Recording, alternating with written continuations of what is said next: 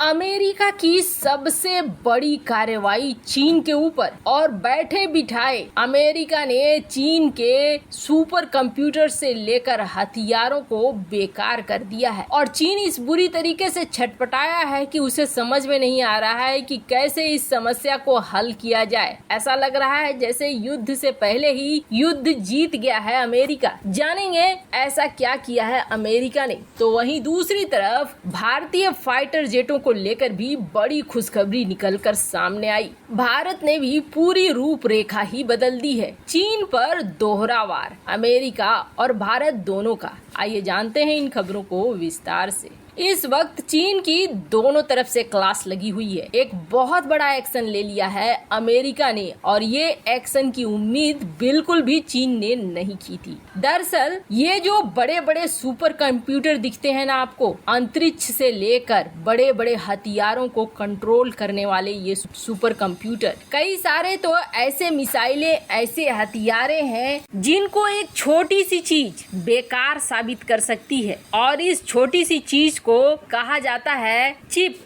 Nvidia, इसका नाम तो आपने सुना ही होगा। खास तौर पर जो लोग गेम वगैरह चलाते हैं, ऐसे कंप्यूटर्स खरीदते हैं जो गेमिंग प्लेटफॉर्म वाले हों, उनको ये चीज बहुत अच्छे से पता है कि एनवीडिया क्या है। एनवीडिया दरअसल जीपीयू है, यानी कि ग्राफिक्स प्रोसेसिंग यूनिट। ये खास तौर पर वीडियो गेम्स के लिए काम आते हैं जनरल टर्म में, जहां वीडियो गेम में इमेज की प्रोसेसिंग का काम होता है। पर ये छोटी सी बात है, आम लेवल पे ये है, पर इसका एडवांस वर्जन भी है और ये एडवांस वर्जन सुपर कंप्यूटर से लेकर नए नए जो हथियार आ रहे हैं उन हथियारों में इस्तेमाल होता है। इसके बगैर वो हथियार बिल्कुल बेकार हो जाएंगे। अब इसे लेकर अमेरिका ने एक बड़ा एक्शन लिया है। दरअसल हुआ क्या है कि चीन ने एनवीडिया के एडवांस वाले चिप अपने सुपर कंप्यूटर से लेकर वेपन्स वगैरह सब में लगाए हैं। 26 अगस्त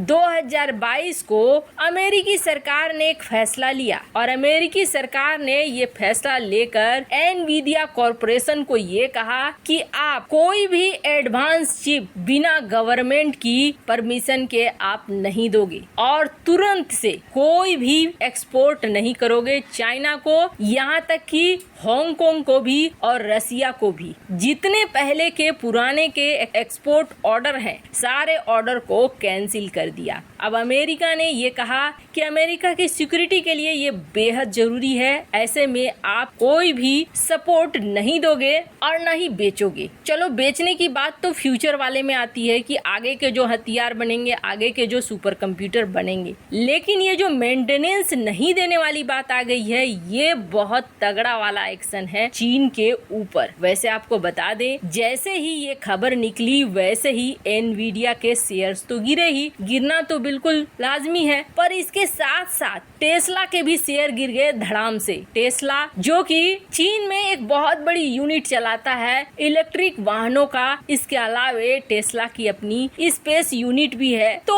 अचानक से जो अमेरिकी सरकार ने लिया ये एक्शन, इसका सीधा असर देखने को मिला है चीन पर भी। अब चीन के वेपन्स और सुपर कंप्यूटर तब तक तो बेकार ही हो जाएंगे जब तक मेंटेनेंस और सपोर्ट नहीं मिलता है एनवीडिया से और जब तक चाइना अपना कुछ ऐसा जीपीयू नहीं बना लेता है। पर इस वक्त चीन के ऊपर ये तगड़ा वाला एक्शन है। अंतर्राष्ट्रीय मीडिया में ये खबरें छाई हुई है। एनवीडिया पर लगाए गए इस बैन ने पूरी तरीके से हिला कर रख दिया है चीन को, खास तौर पर इसलिए क्योंकि चीन ने अमेरिका के इस एनवीडिया का इस्तेमाल बहुत ज्यादा किया है। वैसे आपको बता दें, कब से अमेरिका चाह रहा है कि सेमीकंडक्टर इंडस्ट्री चीन की सहायता न करे और इसके लिए अमेरिका ने भारत में सेमीकंडक्टर इंडस्ट्री बनाना शुरू कर दिया है। वैसे आपको बता दें, चीन के ऊपर जो ये एक्शन हुआ है ना, इस एक्शन का भी फायदा सिर्फ और सिर्फ भारत को ही मिलेगा। ऐसा इसलिए क्योंकि ये जो कंपनियां हैं जिनको एनवीडिया की जरूरत है, ये अब चीन से भागेंगी और चीन से भागकर ये ऐसे देश की तरफ जाएंगी जहां मैन पावर हो ज्यादा और जिसके अमेरिका के साथ संबंध हो अच्छे, यानी कि जिस पर ये तोहमत न लगे कि इनके वेपन्स का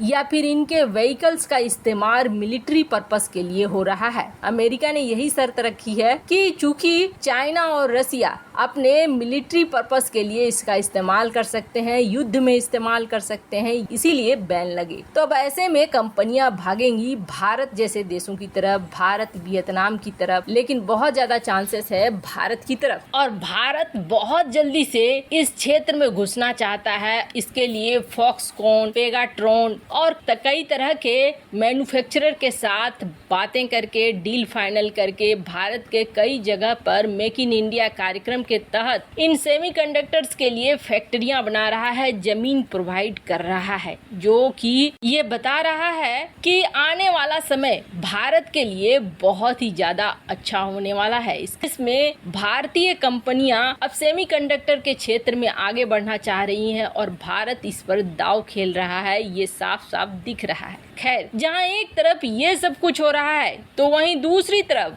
भारतीय फाइटर जेट ने अब नई खुशखबरी लाकर सामने दे दी है और ये खुशखबरी बेहद महत्वपूर्ण है। एक तरीके से कहें तो चीन के ऊपर दो तरफा वार हो गया है। एक तो चीन ने ये सोचा नहीं था कि ये जो युद्धपोत विक्रांत है ये इतनी जल्दी लॉन्च होगा। आज विक्रांत सेना में शामिल हो रहा है। चीन ने ये सोचा था इसे बनने में अभी काफी वक्त लगने वाला है, पर ऐसा कुछ हुआ नहीं। भारत सरकार ने इसके लिए 4 कदम आगे बढ़कर परियोजनाओं को हाँ बोलना शुरू कर दिया है। अब भारत सरकार ने 2 ऐसी बड़ी खुशखबरियां सामने रख दी हैं जो हर भारतीय के लिए बेहद महत्वपूर्ण है। सबसे बड़ी प्रॉब्लम क्या होती थी ना, सबसे पहले शुरू किया गया था एक फाइटर जेट बनाने का काम मरुत, लेकिन मरुत बीच में ही खत्म हो गया। 10 साल तक इस पर काम चला, काफी पहले। अगर भारत उस पर चलता तो कब का चीन जैसे देशों को कितनी दूर छोड़ गया होता, पर स्थितियां वैसी नहीं थी।